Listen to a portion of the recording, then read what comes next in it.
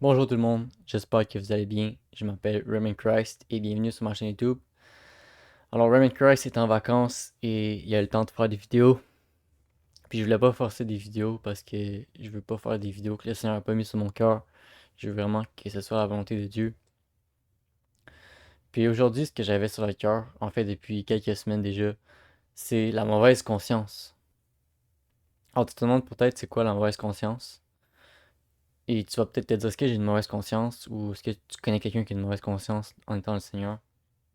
Alors, tout le monde dans le Seigneur, peu importe t'es qui, à un certain point dans ta marche, tu vas avoir une mauvaise conscience. Tu vas avoir euh, des difficultés avec ta conscience. Puis moi, ça m'est arrivé. Même au début de l'année, ça m'est arrivé d'avoir une mauvaise conscience. Puis c'est quoi une mauvaise conscience? C'est dans certaines versions de la Bible, dans la King James Bible en anglais, ils vont dire evil conscience. Alors, une conscience démoniaque même. Ils l'ont traduit comme ça. Dans les versions françaises, ça va être une mauvaise conscience. Puis c'est ce qu'on voit dans Hébreux 10, verset 22. Alors, Hébreux 10, c'est vraiment le cœur du christianisme. C'est vraiment le parallèle entre l'Ancien Testament, puis tous les sacrifices, les prêtres, le lieu saint, puis le Nouveau Testament, puis ce que Jésus-Christ a apporté, puis a accompli. Alors, pour vrai, Hébreux 10, je pense que si tu veux expliquer le christianisme dans les détails, c'est vraiment le cœur, pour vrai. Hébreux 10, 22. Approchons-nous avec un cœur sincère dans la plénitude de la foi, les cœurs purifiés d'une mauvaise conscience et le corps lavé d'une eau pure. Alors, ce que Paul nous dit dans Hébreux 10, c'est de s'approcher de Dieu avec une foi sincère, un cœur sincère puis la plénitude de la foi. Puis juste après, il va dire le cœur purifié d'une mauvaise conscience. Alors, c'est quoi une mauvaise conscience? C'est quand tu essaies de te justifier par tes œuvres. Quand tu commences à être troublé par le péché, tu commences à juger les autres, tu commences à vivre pour la loi, tu vas finir par te perdre, tu vas finir par carrément devenir fou un peu parce que tu n'es pas en accord avec Dieu. Si tu as une mauvaise conscience, tu es en train de te justifier par la loi, tu vas tout le temps avoir tendance à juger les autres. Puis ça va t'amener à avoir une conscience, comme on dit, démoniaque. Tu vas tout le temps dire, ok, cette personne-là a fait telle chose, il devrait pas être sauvé. Oh non, cette personne-là a fait ci, a fait ça. Tu commences un peu à vraiment te justifier par tes œuvres. Pourtant, le christianisme, c'est aucunement par notre façon de faire qu'on arrive à venir à Dieu. Puis c'est ça qu'Hébreux 10 va parler au complet. J'ai même fait la vidéo en détail sur Hébreux 10. C'est vraiment bon. Allez voir ça. Puis il va dire, verset 23, retenons fermement la profession de notre espérance, car celui qui a fait la promesse est fidèle. Alors il dit de retenir fermement la profession de ton espérance. Ton espérance n'est pas en toi-même. Ton espérance est en Jésus-Christ qui est mort pour tes péchés. Tu dois retenir ça fermement, parce que c'est lui qui a fait la promesse, il est fidèle. Alors, quelqu'un qui a pas vraiment la foi en Jésus-Christ, il va finir par avoir la foi en lui-même. Il va commencer à, à se justifier à travers le nombre de fois qu'il a péché par jour. Est-ce qu'il a commis tel péché? Est-ce qu'il a fait ci? Est-ce qu'il a fait ça? Est-ce qu'il a fait assez bonnes œuvres aujourd'hui? Il va commencer à avoir une mauvaise conscience. Puis vous avez plusieurs dénominations. Euh, les calvinistes, en fait, ils sont dans cette mauvaise conscience-là parce qu'ils sont tout le temps en train d'essayer de prouver leur foi. Ils sont tout le temps en train de prouver qu'ils ont assez la foi. Alors, ça vient qu'ils tombent dans un cycle de se justifier à travers les œuvres pour avoir le salut ou retenir le salut. C'est pas la volonté de Dieu. Verset 24. Veillons les uns sur les autres pour nous exciter à la charité et aux bonnes œuvres. Alors, quand tu es le Saint-Esprit, quand Dieu habite en toi, ça va te pousser à avoir la charité envers les autres, puis ça va te pousser aux bonnes œuvres. Mais c'est pas par le fait que tu veux rester sauvé que tu vas faire des bonnes œuvres. C'est parce que t'es sauvé, puis tu as l'assurance que Jésus-Christ est fidèle, puis va te pardonner, que ça t'amène à faire ces choses-là. Puis c'est ça, Hébreux 10, il va parler aussi des prêtres. Alors, on va voir au début. 10.1. En effet, la loi qui possède une nombre des biens à venir et non l'exacte représentation des choses ne peut jamais, par les mêmes sacrifices qu'on offre perpétuellement chaque année, amener les assistants à la perfection. Alors, ce qu'il dit, c'est que l'Ancien Testament, bien que c'était parfait en soi, ça ne pouvait pas nous amener à la perfection.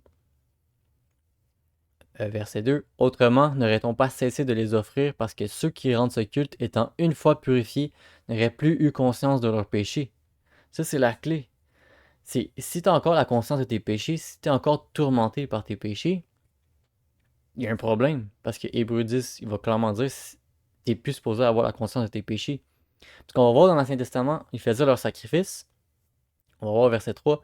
Mais le souvenir des péchés est renouvelé chaque année par ces sacrifices. Alors, les personnes offraient des sacrifices d'animaux, mais ils devaient continuellement les offrir parce qu'il y avait tout le temps la conscience du péché qui venait dominer sur eux, la mauvaise conscience. Ça faisait en sorte qu'ils avaient tout le temps besoin de quelque chose pour pardonner leur conscience. Car il est impossible que le sang des taureaux et des boucs ôte les péchés. Parce que c'est ça qu'il est en train de dire, c'est que le sang des boucs et des taureaux va jamais ôter les péchés. C'est, c'est pourquoi Christ, entrant dans le monde, dit tu n'as voulu ni sacrifice ni offrande, mais tu m'as formé un corps. Tu n'as agréé ni holocauste ni sacrifice pour le péché. Alors clairement, Dieu, il s'est fait chair. Il a pris le corps pour offrir un sacrifice parfait. Puis il a agréé. Agréer, ça veut dire accepter ou être en accord avec. Alors Dieu, bien que les holocaustes et les sacrifices étaient des choses du temps passé, c'était pas sa volonté parfaite pour nous. Il n'a pas agréé les sacrifices et les holocaustes pour le péché. Il l'a toléré temporairement pour amener ce qui était parfait, en fait. C'est le sang de Jésus-Christ qui a été versé pour nous. Alors j'ai dit, voici je viens pour faire, ô Dieu, ta volonté. Après avoir dit, tu n'as voulu et tu n'as agréé ni sacrifice ni offrande, ni holocauste ni sacrifice pour le péché, ce qu'on offre selon la loi. Il abolit ainsi la première chose pour établir la seconde. C'est en vertu de cette volonté que nous sommes sanctifiés par l'offrande du corps de Jésus-Christ une fois pour toutes.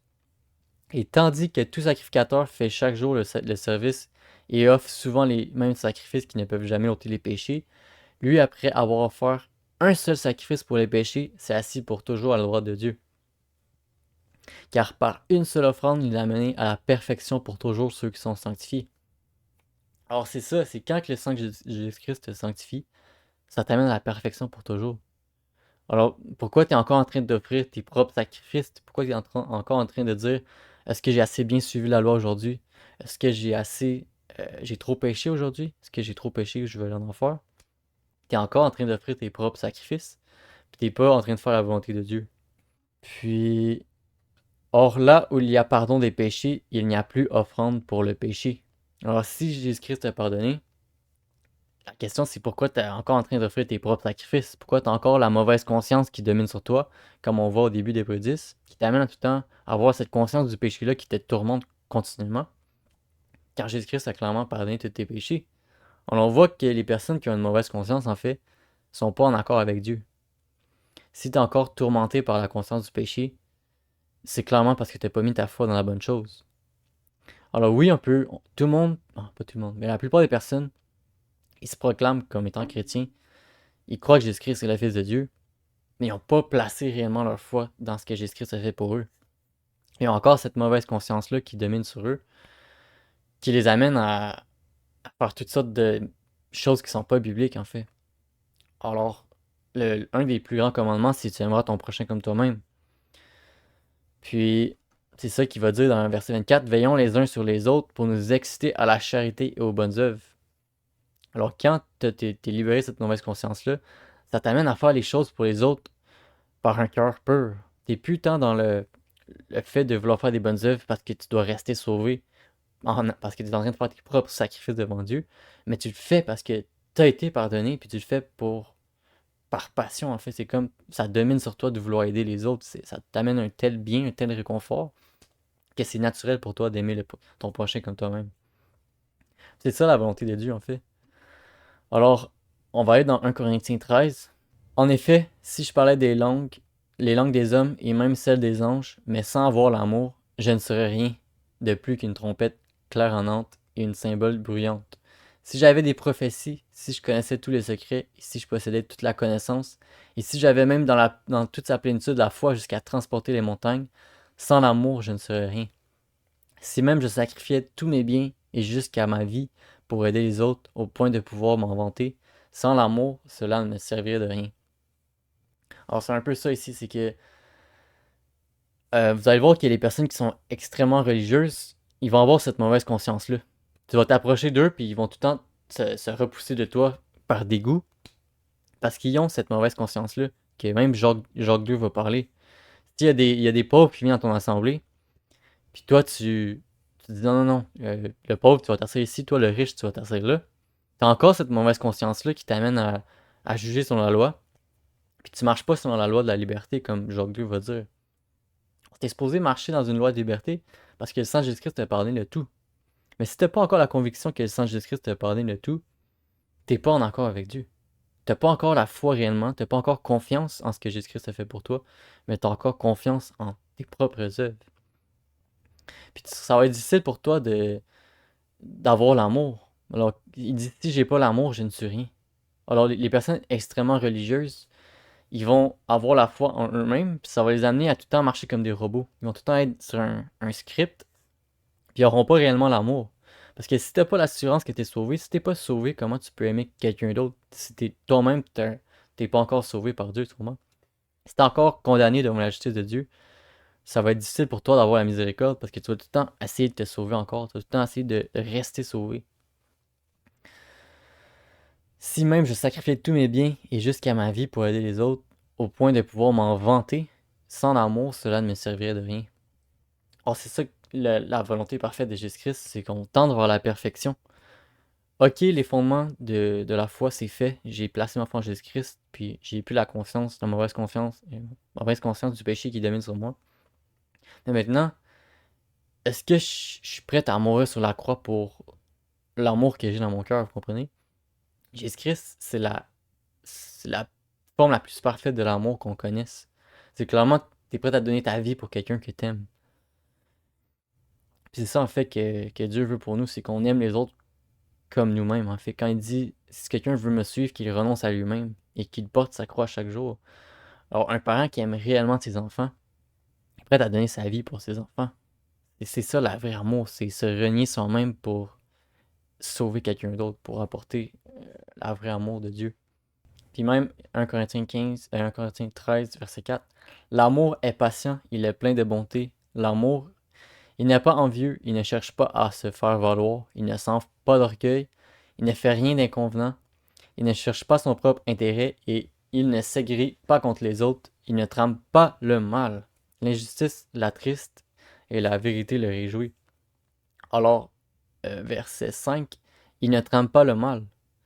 Alors, quelqu'un qui est dans la mauvaise conscience, comme Hébreux 10 va parler, qui est encore en train d'offrir des sacrifices pour ses péchés, il va tout le temps voir le mal, il va tout le temps essayer de discerner le mal, il va tout le temps. C'est ça, c'est exactement ça.